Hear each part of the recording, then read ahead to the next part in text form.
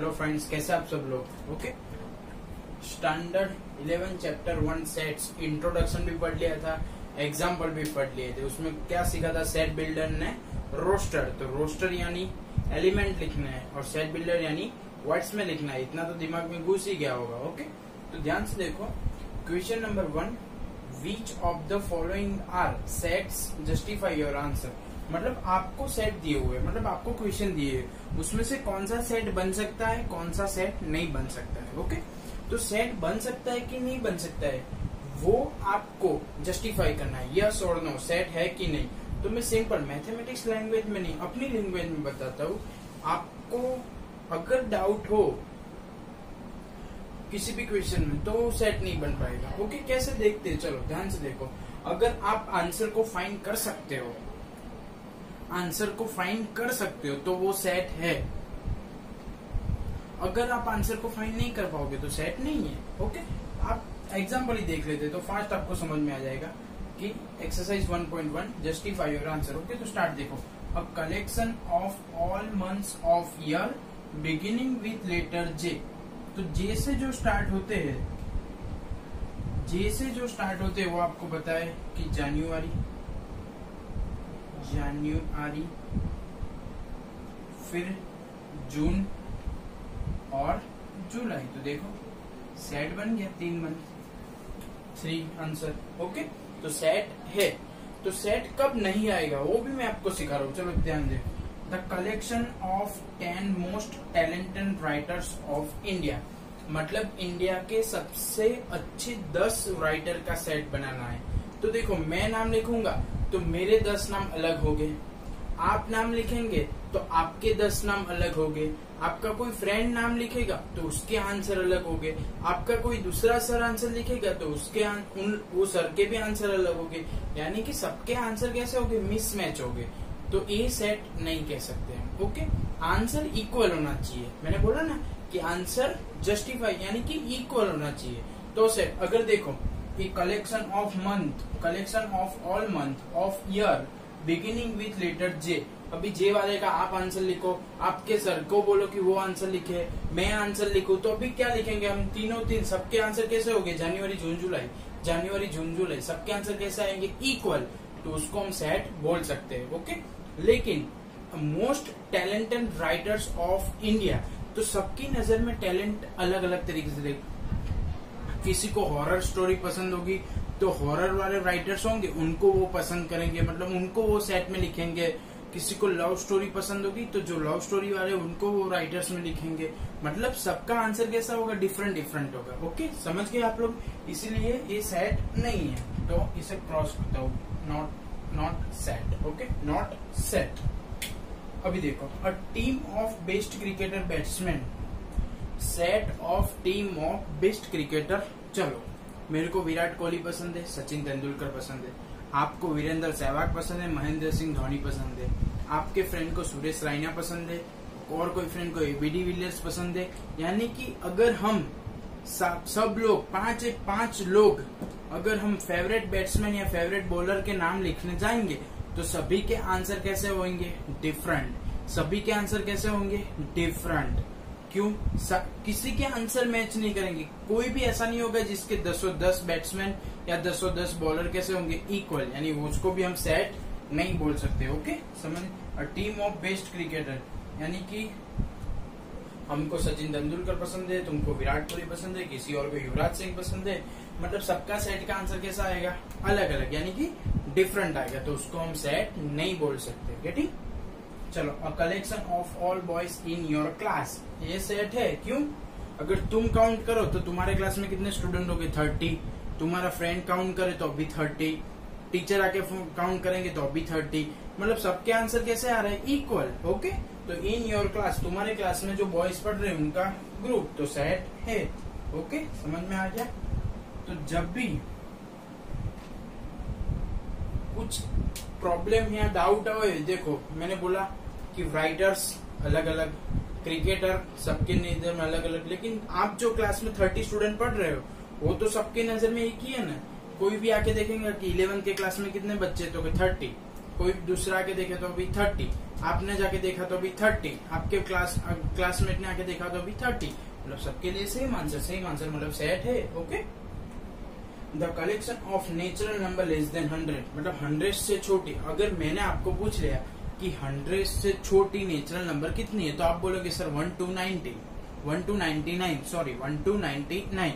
100 से कम, तो 100 से कम कौन सी है, 99। नेचुरल नंबर कहाँ तक जाएगी, 1 तक। आपको फ्रेंड को पूछा तो भी वो भी बोला 99 to 1, दूसरे कोई सर को पूछो तो 99 to 1, मतलब सबके आंसर कैसे आ गए, इक्वल, सबके आंसर से इक्वल, तो सेट है। ओके, सेट है। समझ में आ गया कि नहीं आ गया। चलो last, collection of all even integers, collection of, इसका आंसर हम लिख देते, देखो 1 2 3 अप टू 99 यानी सेट है।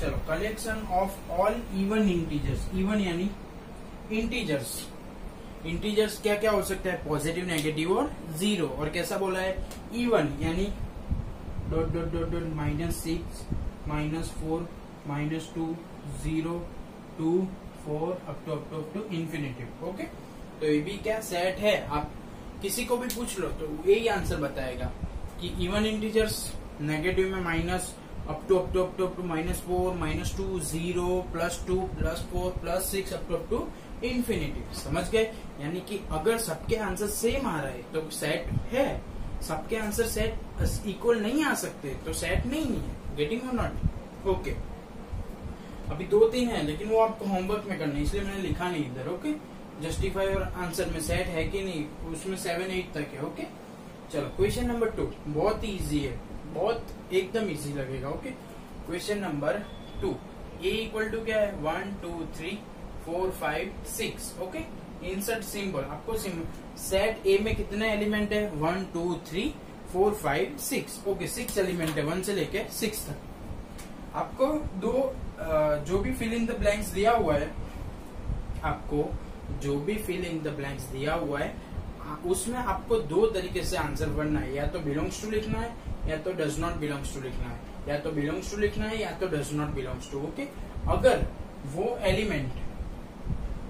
एलिमेंट सेट ए में है तो आपको बिलोंग्स टू लिखना है। चलो 5 ए में है, देखो तो 5 हाँ है, तो क्या लिखेंगे, बिलोंग्स टू, कि 5 बिलोंग्स टू ए, यानी कि 5 सेट ए में है। ओके, है तो बिलोंग्स टू, अगर नहीं है तो does not belongs to. Okay, चलो 8 नहीं है तो बिलोंग्स टू करके उसको क्या करना है, cross, does not belongs to. चलो 0 है, नहीं है तो बिलोंग्स टू करके क्या करेंगे, क्रॉस। 4 है, यस है ना, तो क्या लिखेंगे, 4 बिलोंग्स टू ए। चलो 2 है, यस, 2 बिलोंग्स टू ए।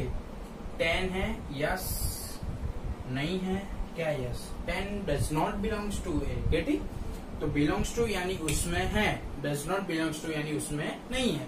और याद रखना कि बिलोंग्स टू सिर्फ एलिमेंट के लिए यूज किया जाता है। इधर पूरा सेट लिखा होता है कि ए सेट ए में है तो हम बिलोंग्स टू यूज नहीं कर सकते।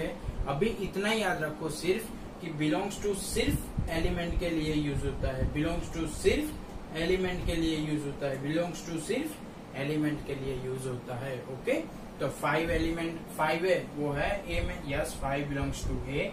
8 नहीं था तो डज नॉट बिलोंग्स टू ए। 0 भी नहीं था तो 0 डज नॉट बिलोंग्स टू ए। 4 था तो 4 बिलोंग्स टू ए। 2 था तो 2 बिलोंग्स टू ए। 10 नहीं था तो 10 डज नॉट बिलोंग्स टू ए। देख लो एक बार।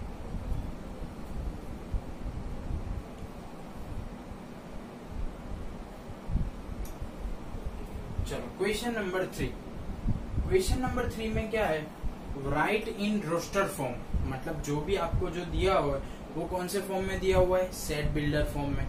सेट बिल्डर फॉर्म यानी किस में दिया हुआ है, वर्ड्स में दिया हुआ है। आपको उसको किस में कन्वर्ट करना है, रोस्टर फॉर्म में। रोस्टर फॉर्म यानी क्या लिखना है, एलिमेंट लिखना है। ओके, तो बहुत इजी है, ध्यान से देखना।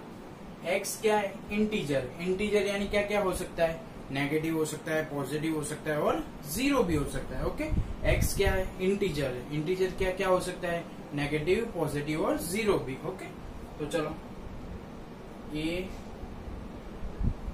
चलो माइनस, और उसकी कंडीशन क्या है, एक्स कहां से -3 और 7 के बीच में है, और आप -3 को कंसिडर कर सकते हो, क्यों, इधर इक्वालिटी दी हुई है। तो चलो -3 -2 -1 0 1 2 3 4 5 और 6। आप 7 नहीं लिख सकते हो, क्यों?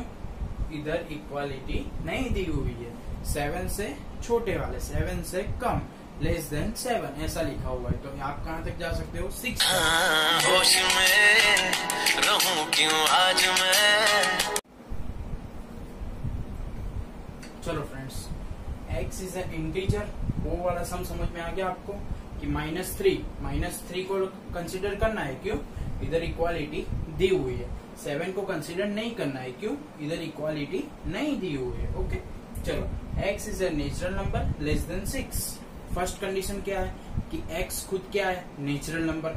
सेकेंड कंडीशन क्या है? लेस देन 6, मतलब 6 से कम वाली। ओके, तो चलो लिखते हैं हम x is set B 1 2 3 4 5। Okay, less than 6 बोला है, 6 को कंसिडर नहीं कर सकते। हाँ, बोला होता कि लेस और इक्वल टू 6 या 6 से कम, तो हम 6 को कंसिडर करते। लेकिन इधर क्या लिखा हुआ है? x is a natural number और लेस देन 6। गेटिंग और नॉट? चलो, C option. Question number 3, x is a 2 digit number. First condition ध्यान से सुनना कि x 2 डिजिट नंबर है। x क्या है? 2 digit number, such that the sum of its digit क्या? 8। और ऐसी 2 डिजिट नंबर है कि दोनों का सम क्या होता है? 8। दोनों का सम क्या होता है? 8। तो आप 2 डिजिट नंबर ऐसी याद करो कि दोनों का सम क्या हो जाए? 8 हो जाए। तो देखो, 1 से स्टार्ट करो तो 17, तो उसकी उल्टी लिखी दो 71, 17871। फिर 2 के 26 तो 62, 35 तो 53, और फिर लास्ट में 44 और 80 वाली ज्यादातर स्टूडेंट भूल जाते हैं, क्यों? पहले 1 से स्टार्ट किया, देखो 17, तो बीच लास्ट में कहां से? 71, इधर 26 तो 62, 35 तो 53 और 44 खत्म। बट 8 प्लस 0 भी क्या होता है? 8, इसलिए लास्ट में 80। गेटिंग? तो क्वेश्चन 3 उसमें सी क्या कंडीशन है? फर्स्ट कि x is a 2 digit number. x क्या है? 2 digit number and the sum of its digit, यानी कि वो दोनों डिजिट का सम कितना होना चाहिए? 8। तो हो गया 8। Getting on not? Okay, now question number 4, ध्यान से सुनना, बहुत ही मस्त। D, x is a prime number. First condition क्या है कि x is a prime number. First condition क्या है? x is a prime number. Prime number यानी कि जो किसी के भी टेबल में ना आए, जो 1 के अलावा किसी के भी टेबल में ना आए। सपोज 2 है, 2 1 के टेबल में आता है, 1 2 जा 2, और खुद के टेबल में 2 1 जा 2। तो प्राइम नंबर यानी कि जो सिर्फ 1 के टेबल में आए या खुद के टेबल में आए, उसके अलावा किसी के भी टेबल में भी ना आए, उसको क्या बोलेंगे हम? Prime number. ओके, चलो, फर्स्ट कंडीशन थी कि x प्राइम नंबर है एंड 60 का डिवीजर भी है। तो पहले हम 60 के डिवीजर फाइंड करेंगे, उसमें से प्राइम नंबर को निकाल लेंगे। बोले ओके, चलो पहले 60 के डिवीजर क्या होते हैं? 160, फिर 2 के टेबल 2 30, 3 20, 4 50, ओके, फिर 6 10। इतने क्या है? 60 के डिवीजर है। इतने क्या है? 60 के डिवीजर है। चलो 160, 2 30, 3 20, 4 50, 5 रह गया।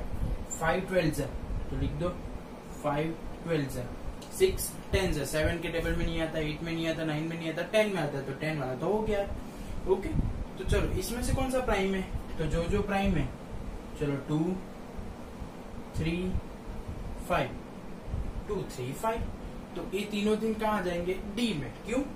डी की कंडीशन क्या थी कि x प्राइम नंबर भी होना चाहिए और 60 का डिवीजर भी होना चाहिए। तो हमने पहले क्या किया? पहले 60 के डिवीजर फाइंड कर लिए, फिर उसमें से प्राइम है उसको निकाल लिया, तो हमारा आंसर मिल गया कि 2 3 और 5 वो 60 के डिवीजर भी है और खुद प्राइम नंबर भी है। ओके, समझ में आ गया आप सबको? चलो डी में क्या लिखेंगे? डी का आंसर अगर लिखना है तो 2 3 और 5। ओके, चलो 5 number, the set of letter of word better, यानी कि बेटर के वर्ड का बेटर जो वर्ड दिया हुआ है, कौन सा दिया हुआ, बेटर, उसके लेटर का सेट बनाओ। तो चलो F B फिर E T आ गया, E भी आ गया और लास्ट में R। तो ये रहा BETR। ओके, तो देखो रोस्टर फॉर्म हो गया। रोस्टर फॉर्म यानी एलिमेंट खुद को लिख देना है, बट एलिमेंट कैसे लिखने हैं वो आपको समझ के लिखना है। अगर गलती हो गई तो मार्क्स, सपोज इसमें 80 नहीं लिखा होता तो 1 मार्क्स का क्वेश्चन होता तो अभी 0 ही मिलता। आप ऐसा नहीं बोलो इतने सारे तो लिखे एक मिस हो गया मतलब सेट रॉन्ग है तो आंसर रॉन्ग तो मार्क्स 0। ओके, देख लो एक बार अच्छे से।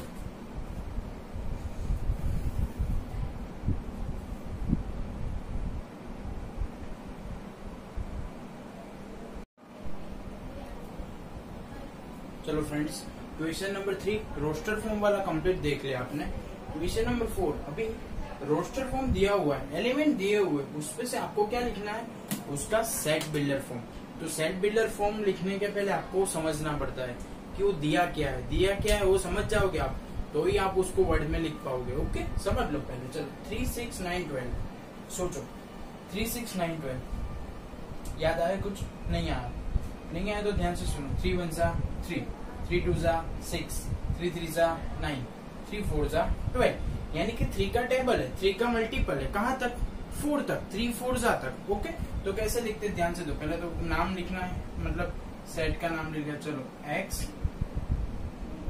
where x equal to 3n, x क्या है, 3n यानी कि 3 का मल्टीपल, बट n की कंडीशन क्या लिखनी है, 1 लेस और इक्वल टू n लेस और इक्वल टू 4। n की वैल्यू कहां से 1 से लेके 4 तक। तो देखो 3 1 जा 3, 3 2 जा 6, 3 3 जा 9 और लास्ट में क्या है 4, 3 4 जा 12। ओके, तो x इक्वल टू 3n यानी x क्या है, n से 3 गुना, तो n की वैल्यू 1 हो सकती है। n की वैल्यू 1 ले लो तो 3 1 जा 3, यस। n की वैल्यू 2 ले लो, 3 2 जा 6, यस। 3 ले लो, 3 3 जा 9, 4 ले लो, 3 4 जा 12। ओके, तो देखो 3 6 9 12, तो x equal to 3n 1। Okay, getting ना? ओके, चलो अभी इधर सोचो, 2 4 8 16 32। सोचो एक बार, सोचो खुद अपने आप से क्या दिया हुआ है, मैं तो बता नहीं वाला हूँ। अगर याद ऐसे समझ में नहीं आ रहा तो देखो इधर देखो, 2 का स्क्वायर, 2 का क्यूब, यानी 2 की पावर इंक्रीज हो रही है। देखो 2 raise to 1, 2 raise to 2, 2 raise to 3, 2 raise to 4 and 2 raise to 5, यानी 2 की पावर क्या हो रही है, इंक्रीज हो रही है। क्या हो रही है, इंक्रीज हो रही है। तो इंक्रीज कहां से कहां हो रही है, 1 से लेके 5 तक। तो कैसे लिखते हैं, देखो नाम कुछ भी दे सकते हो, हमने b दे दिया, b where x equal to 2 raise to n, यानी x क्या है, 2 की पावर है, 2 रेस टू n है, बट n की कंडीशन तो डालनी पड़ेगी ना कि 1 लेस और इक्वल टू n लेस और इक्वल टू 5। n कहां से कहां तक है, 1 से लेके 5 तक। चलो 1 ले लो तो 2 रेस टू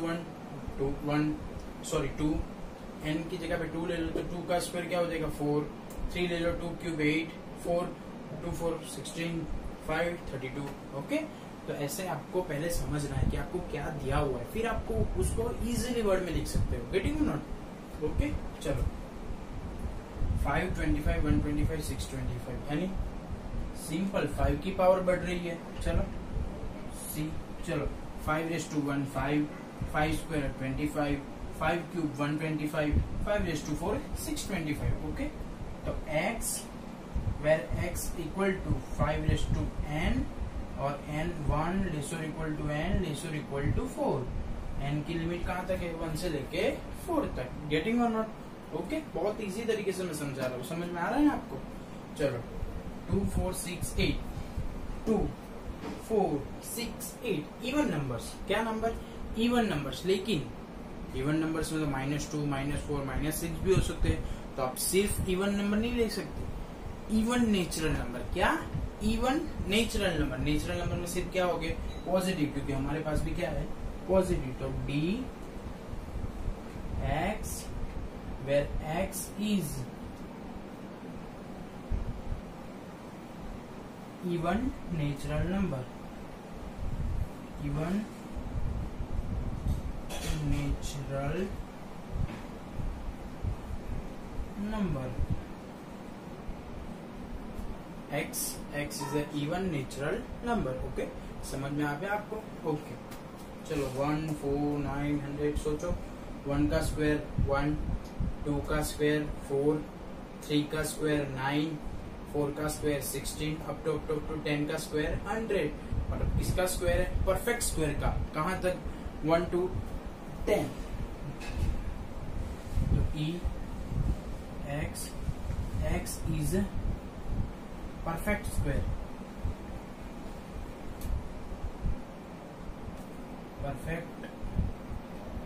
परफेक्ट स्क्वायर कहां से कहां तक? 1 से लेके 10 तक। या तो हमने ऐसा जो लिखा है, ऐसा आपको अगर लिखना हो तो देखो ध्यान से, x खुद क्या है? x equal to n square, यानी कि n का स्क्वायर है। x खुद क्या है? n का स्क्वायर है। तो n की लिमिट क्या है? 1 lesser equal to n lesser equal to 10। 1 से लेके 10 तक n का स्क्वायर। तो ये हो गया set builder form. Set builder form यानी मैथमेटिक्स लैंग्वेज में आपको लिखना है। रोस्टर फॉर्म यानी एलिमेंट खुद लिखने हैं। गेटिंग और नॉट? समझ में आ गया आपको अच्छे से? Okay, good bye.